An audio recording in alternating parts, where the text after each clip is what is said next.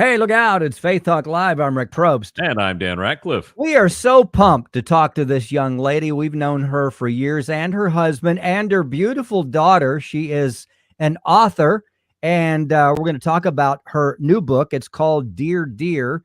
It is a children's book, and I actually read this book, and thank you for the pictures, because I have to have pictures for my books because, you know, my attention span is very, very limited and short. But live from Chelsea, Michigan, there she is, Kristi Sutton. Kristi, how are you?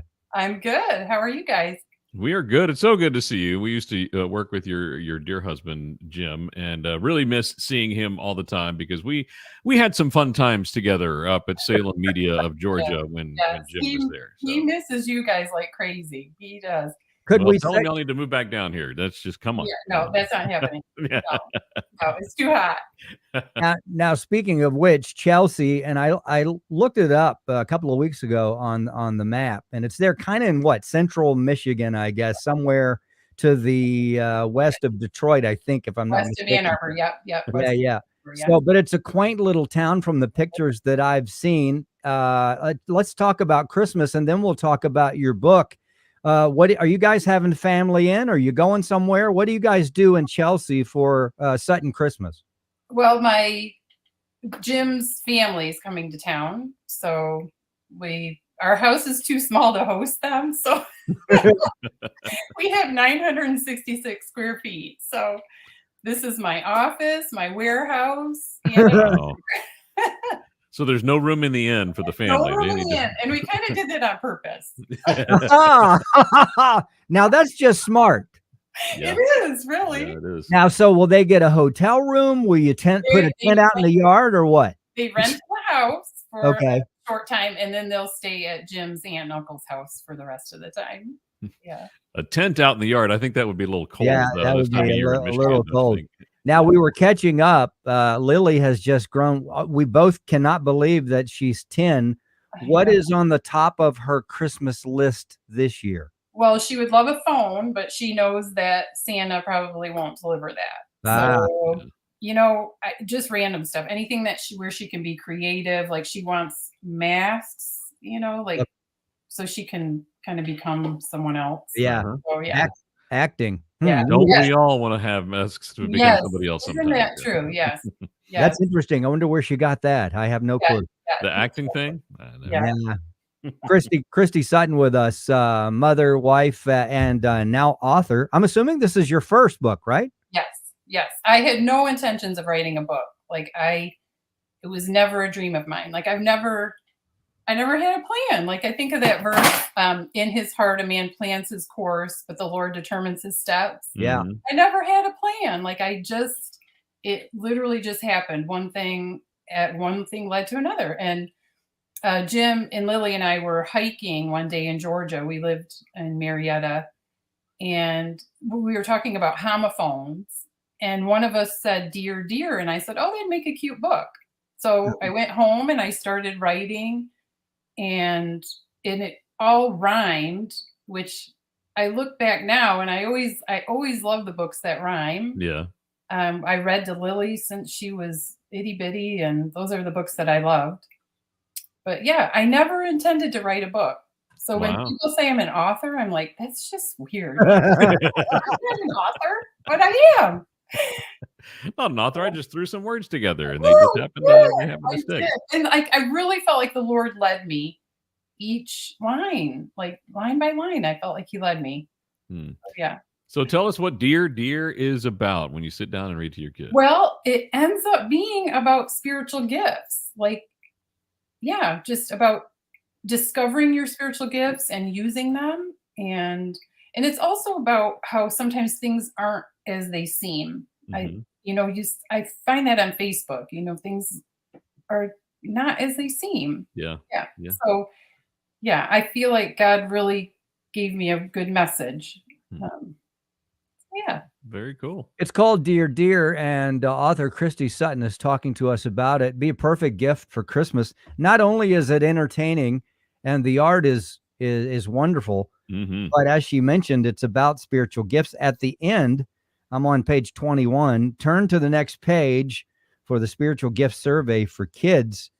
and it's pretty amazing. In fact, I think adults really need to take this test. I'm going to show this. I don't know if it's going to show up on the screen there. Of course, if you're listening on the radio, you can't see that, so you have to go to the website and check it out. But it's a full on, and I'm assuming that parents can do that with their kids, help them fill it out or whatever. At what point, Kristi, when you were putting this together, as you mentioned, you were in Marietta and you talked about Dear Dear, did you write the story first and then figure out you would put spiritual gifts in, or how did that all come into play? Well, I did. I thought when I got to the end, when I figured when it was about spiritual gifts, I thought that would be great to have a survey, because when I was in my early 20s, I was a new believer and I didn't really know how God wanted to use me. And somebody said, well, why don't you take a test, a spiritual gifts test? So I did. And it ended up that my number one gift was teaching. And I thought, there's no way I can teach like in front of a whole crowd of people. And it ends up that it's just one-on-one. Like I love to teach God's word, just one-on-one. And so I thought it would be so nice if kids learned early on what their gifts are. Yeah. So that's really my goal with trying to sell the book, is have kids discover what their gifts are. Yeah. And then to use them, even especially as adults. Like I feel like fear and worry and anxiety are kind of the norm right now. And that, I guess that's my message too, is to be like Dear.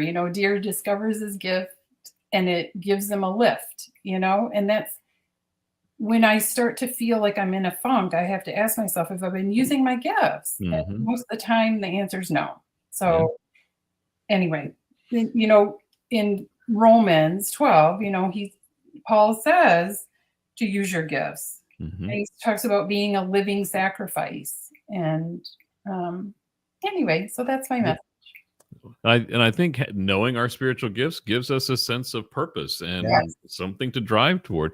And a lot of times we forget, kids have spiritual gifts too. And so we just kind of let them do whatever. But, if they can figure out what their gift is and start honing it, then what better time? Yeah. Now I'm going to assume Jim has taken a spiritual gifts test, and his number one was sarcasm, right? Definitely. Yeah. No doubt about it. I can always count on that. And he uses it to its fullest potential. So yes. And I've learned from him. Like I love that with my coworkers. Like I have the best coworkers, and they love the sarcasm. No, you gotta love it. Now the Jim we speak of is Kristi's husband, who Dan and I worked with for years and years. When I first met Jim, his gift of sarcasm, I was not used to that. And so honestly, I got offended. And then I realized, wait a minute, I'll just come right back at him. Yeah. Yes. And we formed a friendship that was just really tight. And I consider him one of my best friends today, even though I don't get to speak with him much. I text him every now and then, but he's got a huge heart under there. Yeah. But he's a pretty amazing guy. It's called Dear Dear, and we're talking to Kristi Sutton. She is an author, and again, I'll hold it up. Now, it says that it's illustrated by Deshaun Washington. Did you have an idea of what you wanted the illustration to look like, or did he say, hey, check this out? What about this? Or how did that come out? Okay, so after I wrote the book, I sent it to a friend, and she said, you should really seek out publication. And I thought, if I do that, then I don't have any control over it. So I just prayed about it, and I felt like the Lord was going to send me somebody young, I felt like a high school.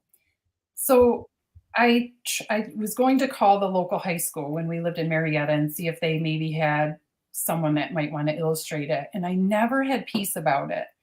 And so I kind of shelved it for a while. And then we moved to Michigan, and God was just stirring it in my heart again. And so I asked my neighbor if she might want to illustrate it. And she tried, and she said, no, I'm really more of an artist. I don't do characters. And I said, well, I'm going to make it easy for you and I'll take photos. And then you can just illustrate on the photos. And she still was like, I can't do it. Well, I'm a dental hygienist for a mobile dental hygiene program. And I was at a middle school and Deshawn was my patient. And I said, wow.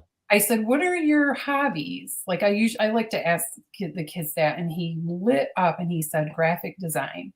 Wow. And so during our appointment, I told him all about my book, like how it kind of just all about it. And I asked at the end, I said, would you be interested in reading it to see if you might want to illustrate? And he lit up again and said, yes. Well, I just happened to know the principal of his school. So I asked him, could I take him out of class the next day? Because I was going to be at that same school again the next day. And he said, I'll get consent from the mom. And he did. And so I took Deshawn out of class and he had already illustrated deer. Wow. Because he knew that was the main character. Huh. Wow. So then he loved it. And we ended up meeting that whole summer, or I guess it was summer. Yeah, spring and summer. We met at a park and he would show me what he had. And I gave him full creative, what's my way? I told him, do whatever you want. Creative license. Yeah. License. Thank you. And I guided him a little bit, but not a lot.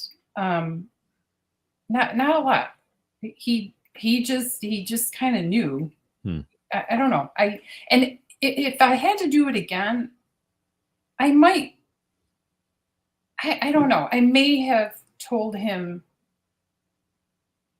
I may have given him more guidance. I don't know, but I love it that it's his work. Yeah, like, he truly is the illustrator. And it is cool work. I mean, looking through the book, there's some great drawings. Yeah, and he was 13 at the time. He's 14. Wow. Now. Yeah, super. Wow. I mean, he's the nicest kid. He is the nicest kid. Like, I really enjoyed. We'd sit on a bench and he'd show me on his phone, like what he'd done, and yeah, it was. That's very cool. Yeah. Kristi Sutton, author. This is the book, Dear, Dear, perfect for Christmas. ksuttonbooks.com is the place to go to. And not only is the content great, and again, it's entertaining for kids. And at the end, which is, I love that you put that into the book, kids to find their spiritual gifts. Mm-hmm. Boy, if I'd have found my spiritual gift when I was a kid, where would I be now? Well, what is your gift? Huh? What is your spiritual gift? Harassment. I usually harass people. But what a great book. And not only, like I said, the content is great, but the quality of this book. This is not a just thrown together. This is a quality book. So people are gonna. So we got to go to a break. Kristi, did you do enough Dear Dear to have a Dear Dear 2? No, I don't have a plan. I just don't have a plan. If the Lord leads me to write something else, I will. But I don't think it'll be a Dear Dear 2. I think it'll just be something totally different. Yeah. That's how I feel in my heart. I think you're onto something. I think you that's God all over you there. This is really, really cool. Dear, Dear, Kristi Sutton. Again, you can go to and Dan will flash the website there on the bottom. Oh, I'm sorry. I'm flashing now. I'm flashing. ksuttonbooks.com. Kristi, bless you. We love you. We love Jim and of course Lily. And you guys have an amazing Christmas. And we'll remember if we ever come up to visit that we can't stay at the house because it's only 900 square feet. Not stay here. Let's take a break. We'll be right back. I'm Rick Probst. And I'm Dan Ratcliffe. This is Faith Talk Live. Thanks for having me.